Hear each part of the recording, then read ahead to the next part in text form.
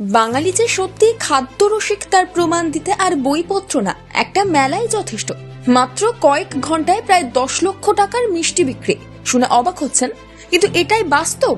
পূর্ব বর্ধমান জেলার আউশগ্রাম ব্লকের সুয়াতা গ্রাম, এই গ্রামেই চলছে ঐতিহ্যবাহী সুয়াতা বহমান পীরতলা মেলা, যার ইতিহাস প্রায় 200 বছরেরও বেশি পুরনো।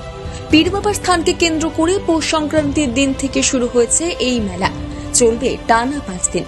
দূর দূরান্ত থেকে মানুষ আসেন পীর বাবার দরবারে, আর সঙ্গে সঙ্গে ভিড় জমে যায় মিষ্টির দোকানে।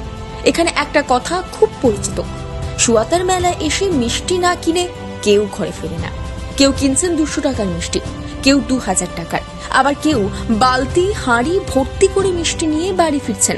অনেকের মেলাতেই মিষ্টি খেয়ে পেট ভরে যাচ্ছে, তারপর বাড়ির জন্য সবার জন্য আলাদা করে কিনে নিচ্ছেন বালতি বোঝাই হাঁড়ি বোঝাই মিষ্টি। মেলার একটা বড় অংশ জুড়ে শুধুই মিষ্টির দোকান, আর সেখানেই সারাক্ষণ মানুষের উপচে পড়া ভিড়।